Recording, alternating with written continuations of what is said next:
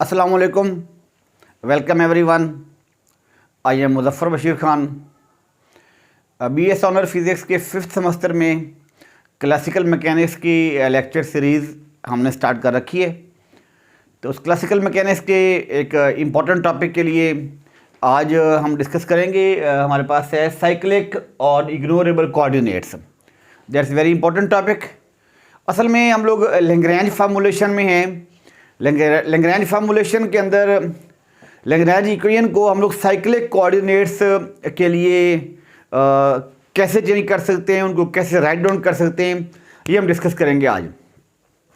देखिए, Lagrangian function जिसको हम एल से शो करते हैं, that is a function of 3 coordinates Q I dot and time T. अगर तो लैग्रेंजियन फंक्शन एल इनमें से किसी एक पर भी डिपेंड नहीं करेगा, क्यू आई डॉट और टाइम, इनमें से अगर किसी एक कोऑर्डिनेट पर भी लैग्रेंजियन फंक्शन डिपेंड नहीं करता, तो फिर वो कोऑर्डिनेट्स कहलाते हैं साइक्लिक कोऑर्डिनेट्स और इग्नोरेबल कोऑर्डिनेट्स। इसको हम ऐसे डिफाइन करते हैं, if Lagrangian function L is independent of coordinates q j, then these coordinates are called cyclic और ignorable coordinates. We know that Lagrangian L that is equal to here L of q dot and time t. If Lagrangian function L does not depend upon any one of these coordinates, let qj, देखिए अगर इनमें से कोई एक coordinate Lagrangian function में शामिल नहीं है, अगर लैग्रेंजियन फंक्शन उस कोऑर्डिनेट पर डिपेंड नहीं करता, डेफिनेटली फिर उसके लिहाज से जो डेरिवेटिव होगा वो जीरो होगा।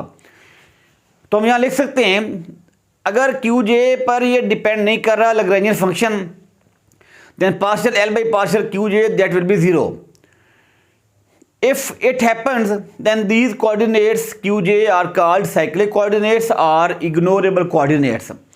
ठीक है, तो अगर हमारे पास अगर इग्नोरेबल कोऑर्डिनेट्स मौजूद हैं या साइक्लिक कोऑर्डिनेट्स मौजूद हैं, तो फिर लैग्रेंजियन इक्वेशन की फॉर्म कैसे बनेगी? देखिए, आप जानते हैं Lagrangian equation of motion will become for these Lagrangian coordinates as d by dt partial L by partial qj dot minus partial L by partial qj is equal to 0. It is a very famous Lagrangian equation. तो अगर हमारे पास ये qj cyclic coordinates हैं, तो फिर partial L by partial qj 0 होगा। तो फिर ये वाली फॉर्म ऐसे बन जाएगी, d by dt partial L by partial qj dot is equal to 0. अगर इसका डेरिवेटिव जीरो है, it means this term will be constant. So partial L by partial Q j dot it is equal to constant. If there are, यहाँ पे हम result लिख दे रहे हैं, result ये है, if there are some cyclic coordinates then some quantity will be conserved. It means अगर यहाँ पे कोई साइक्लिक कोऑर्डिनेट एग्जिस्ट करते हैं, तो फिर उनके रिलेटेड कोई क्वांटिटी कंजर्व्ड होगी, कांस्टेंट होगी। देखिए, मैं आपके सामने एग्जांपल रख रहा हूँ। एक एग्जांपल में ये है, आपके पास कोई लैग्रेंजियन फंक्शन एल है that is equal to 1/2 kx dot square.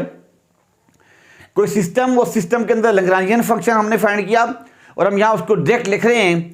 एक एग्जांपल दे रहा हूँ मैं आपको साइक्लिक कोऑर्डिनेट की। तो देखिए, इसके अंदर एक्स नहीं है और टाइम भी नहीं है, तो हम यहाँ लिख सकते हैं partial L by partial x is equal to 0। In this case x is here cyclic coordinate and also time is here cyclic coordinate. अगर आप इसका लेंगे derivative respect to time, that will also equal to 0। So x and t both are here cyclic coordinate. And the second example is here, if L is equal to here 1/2 mv square, that kinetic energy, so it is equal to 1/2 mx dot square, then partial L by partial x is equal to 0. So again, अब यहाँ देख रहे हैं कि यहाँ पर भी x नहीं है, ये वाला लैग्रेंजियन फंक्शन भी x पे डिपेंड नहीं कर रहा, तो इसका मतलब ये है कि x यहाँ पर भी साइक्लिक कोऑर्डिनेट है या इग्नोरेबल कोऑर्डिनेट है। और यहाँ पे अगेन टाइम भी, यहाँ पर time is also here cyclic, t is also cyclic. Okay, तो हम यहाँ लिख सकते हैं d by D t partial L by partial x dot it is equal to 0, क्योंकि हमने ये कह दिया कि partial L by partial x 0 है। तो फिर लैग्रेंजियन इक्वेशन ये जो फॉर्म हमारे पास है, ये सिर्फ बाकी बचेगी d by D t partial L by partial x dot is equal to 0, जिसको आप लिख सकते हैं यहाँ पे ऐसे d बाई डी टी। देखिए, अगर आप ये पास लैग्रेंजियन फंक्शन है half m x dot square, तो फिर जब इसका डेरिवेटिव लेंगे आप रिस्पेक्ट टू एक्स डॉट, तो ये आ जाएगा एम एक्स डॉट। और एम एक्स डॉट क्या होता है? एम एक्स डॉट हमारे पास है product of mass and velocity, that is momentum. तो अब यहाँ लिख सकते हैं, so M x dot is equal to constant. अगर D by D T M x dot is equal to 0 है तो हम ये लिख सकते हैं कि फिर ये वाली टर्म कॉन्स्टेंट है।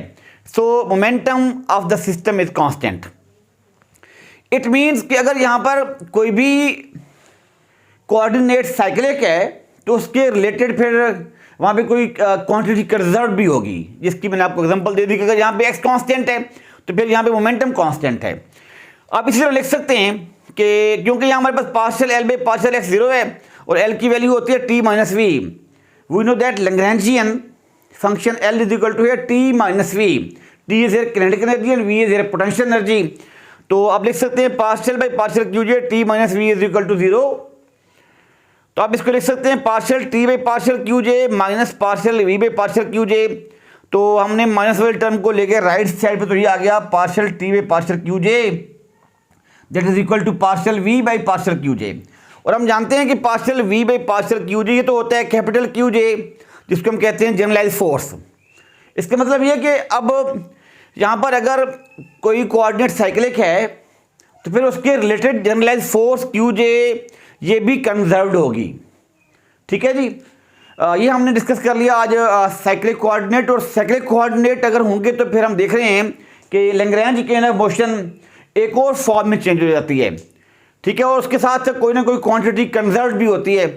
हम देख रहे हैं कि मुख्तलिफ लैग्रैंजियन फंक्शन में अगर कोई कोऑर्डिनेट साइक्लिक है तो फिर उसके रिलेटेड उसके कॉरस्पॉन्डिंग कोई क्वांटिटी कंजर्व्ड भी होगी, कांस्टेंट भी होगी। ओके जी, थैंक यू वेरी मच।